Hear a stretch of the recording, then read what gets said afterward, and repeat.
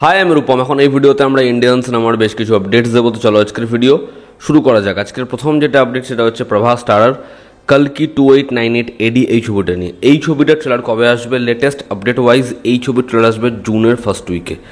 মের এন্ডে এর কোনো কিছু আসবে না, তার কারণ যে অ্যানিমেটেড সিরিজের প্ল্যান তারা করেছে ওটা যেহেতু একদম গোড়ায় গোড়ায় আসবে, মানে মের একদম এন্ডে সেটা স্ট্রিম হবে, সেই কারণে তারা এই মাসের শেষে কিছু আনবে না। কালকির প্রোমো আসবে একদম জুন মাসের শুরুর দিকে এবং ছবিটা রিলিজ হবে কবে আমরা জানি, 27শে জুন। দেখার এই ছবির প্রোমোটা হয় কেমন। আমরা যদি পরবর্তী আপডেটে আসি, জগন শক্তি যে মিশন মঙ্গল সিনেমাটা বানিয়েছে সেই পরিচালকের সাথে কোলাবরেট করতে চলেছে অজয় দেবগন, এবং সেই পরিচালক কিন্তু অলরেডি একটা সিনেমা বানাচ্ছিল যেখানে 30 দিন শ্যুট হয়ে গেছিল টাইগার শ্রফকে নিয়ে, যেটার নাম ছিল প্রথমে মিশন ইগল, পরে হিরো নাম্বার 1। সেই ছবিটাও সেল হয়ে যায়। দেখার অজয় দেবগনের সাথে এই ছবিটার ফলাফল কি হয়, যদিও এই ছবিটার প্রডিউসার অজয় দেবগন এবং অজয় দেবগন যে ছবি প্রডিউস করে সেই ছবি এখন সাকসেসের মুখ ডেফিনেটলি দেখে। আজকের পরবর্তী এটা আপডেট সেটা হচ্ছে কালকি 2898 এডি এই ছবিটা নিয়ে। এই ছবিটা থেকে প্রভাস ডিরেক্ট কোনো ফিজ নিচ্ছে না। এই ছবিটার যা বাজেট ছিল পরবর্তী সময় ছবির বাজেট আরও বেড়ে গেছে। তার কারণ পরিচালকের যা ভিশন, তারা ছোট ছোট জিনিসকে এতটা গুরুত্ব দিয়েছে। ছবিতে বিভিন্ন রকমের গ্যাজেটস, এই বহু প্ল্যানিং একদম ইনিশিয়াল থেকে ছিল না, যেগুলো যত ছবিটা ডেভেলপ হয়েছে, ছবির কাজ হয়েছে, তারা ইম্প্রোভাইজ করতে করতে সেগুলোকে ইনক্লুড করতে করতে গেছে।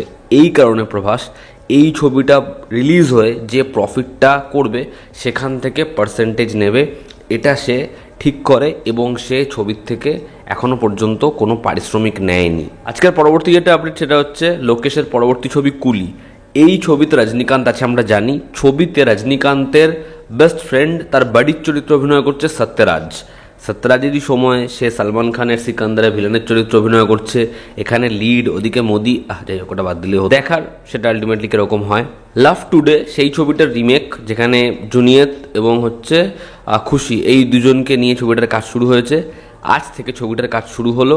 ছবির পরিচালক, যিনি এর আগে আমির খানের সাথে দুটো ছবি অর্থাৎ সিক্রেট সুপারস্টার এবং লাল সিং চাড্ডা বানিয়েছেন, তিনি ছবিটা পরিচালনা করছেন। দেখার এই ছবিটা বক্স অফিসে কী করতে পারে, ছবিটা হয় কেমন। থাঙ্গালান ছবিটা আবারও পোস্টপোন হতে চলেছে। এই ছবিটার কাজ এখনও কমপ্লিট হয়নি। ছবির ভিএফএক্সের কাজ এখনও বড় পরিমাণে বাকি।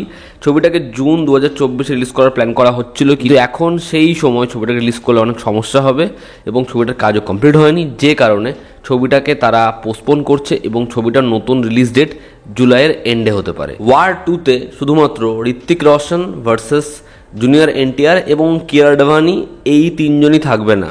এই ছবিতে একটা বিশাল কাস্টিং রয়েছে, যেটা তোমাদেরকে এই ছবিটার প্রতি মারাত্মকভাবে এক্সাইটেড করে দেবে।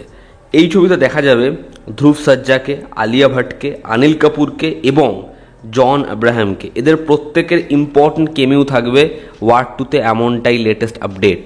তো দেখার এই ছবিতে এদের প্রত্যেককে যদি দেখা যায় সেটা কীরকমভাবে ডিজাইন করা হয় এবং এর থেকেও কি বড় কোনো নাম এই ছবির সাথে যুক্ত হয়। তবে আমরা আগেও শুনেছি যে সালমান বা শাহরুখকে মেবি দেখা যাবে না ওয়ার 2তে। এবং আজকের অন্তিম যেটা আপডেট সেটা হচ্ছে পুষ্পা 2 নিয়ে।